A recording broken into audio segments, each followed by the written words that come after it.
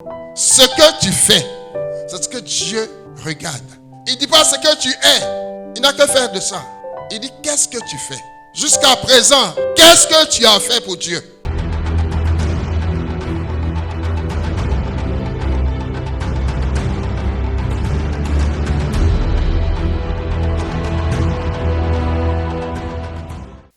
Au-delà de ce que nous entendons sur les réseaux sociaux, tu n'as rien reçu qui t'appartienne. Tout ce que nous avons appartient à Dieu. Nous avons un devoir de reconnaissance envers ce Dieu-là. Ne nous comportons pas comme le riche insensé. Nous sommes obstinés au travail. Tête, corps, pieds, jambes, tout. Nous sommes plongés dans le travail pour obtenir des gains.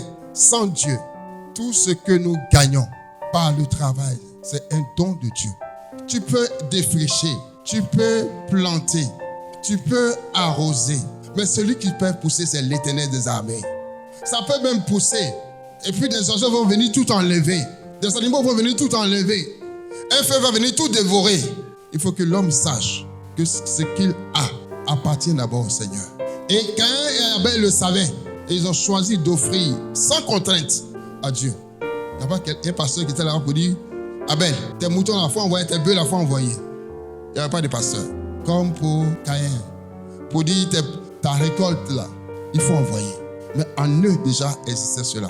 Or, nous avons connu la vérité. Nous devons mettre en pratique cette vérité. Mais le Dieu que tu adores est un Dieu souverain. Tu peux s'aimer, tu peux tout faire. Et puis tu peux connaître une traversée des déserts. Mais ça ne veut pas dire que le Seigneur t'a abandonné. Il a un plan pour toi. La vie que nous avons est précieuse plus que tout. Et le Seigneur lui-même le déclare. Ce ne sont pas les morts qu'il adore, mais ce sont bien les vivants. Et tant que je suis vivant, je suis toujours dans le plan du Seigneur.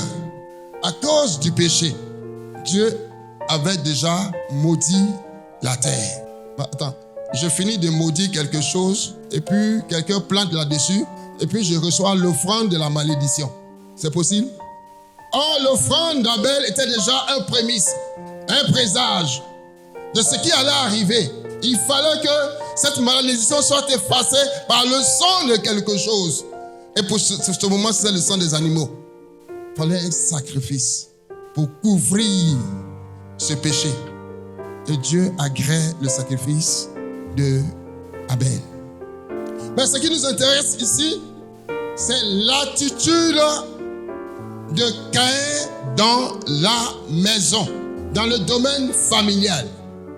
Et quand on poursuit jusqu'au verset 10, on attend Dieu qui interroge Caïn, qui lui dit, qu'as-tu fait? De tout ce que tu as reçu, qu'est-ce que tu en as fait? Qu'est-ce que tu as fait pour Dieu? Est-ce que tu es pour Dieu une aide dans son œuvre ou bien tu es une entrave dans l'œuvre du Seigneur? Voilà la question que nous devons nous poser. Comment nous contribuons à l'avancement de l'œuvre? Est-ce que nous nous comportons comme Caïn qui, frustré, a mis fin à la vie de son frère? Parce que c'est ce qui sera dans ton cœur. C'est selon cela que tu vas agir. La foi vient de ce qu'on entend. Et ce qu'on entend vient de la parole de Dieu. Mais toi, tu n'es jamais là pour entendre la parole de Dieu. Un dépôt se réveille. Tous ici avons des dépôts en nous. Mais tant qu'il n'est pas réveillé, il est inutile. Le diable va le contrebalancer et nous conduire dans des erreurs. Comment je sers Dieu ce matin? Suis-je une aide pour l'avancement de l'œuvre ou bien je suis une entrave? Parce que dans l'église, il y a 3 sortes de personnes. Celles qui sont actives, c'est-à-dire qui ont le temps pour le Seigneur. Celles qui ne relèguent pas les choses du Seigneur en arrière-plan, sous le soleil, sous la pluie, dans la faim, dans le dénuement. Ces personnes sont là pour être au pied du Seigneur. Parce que c'est au pied du Seigneur que se trouve la vie. Et il y a celles qui ne font rien, qui ont un dépôt, mais qui ne font rien. Parce qu'elles n'ont pas le temps pour le Seigneur. Il n'est pas normal que nous soyons le levain que le Seigneur attend pour gagner la Côte d'Ivoire et au-delà. Et que nous tournions le dos à l'œuvre du Seigneur en ne faisant rien du tout. Le Seigneur a besoin de vous. Demain, nous serons confrontés au tribunal du Seigneur. Nous serons devant le Seigneur. Il ne nous dira pas quel poste on a occupé sur la terre, combien de maisons on a construit, combien d'argent on a laissé en banque. Il dit, qu'as-tu fait quand tu étais sur la terre? Voilà la question que le Seigneur va nous poser. Et c'est à cela ce matin que je veux que tu répondes.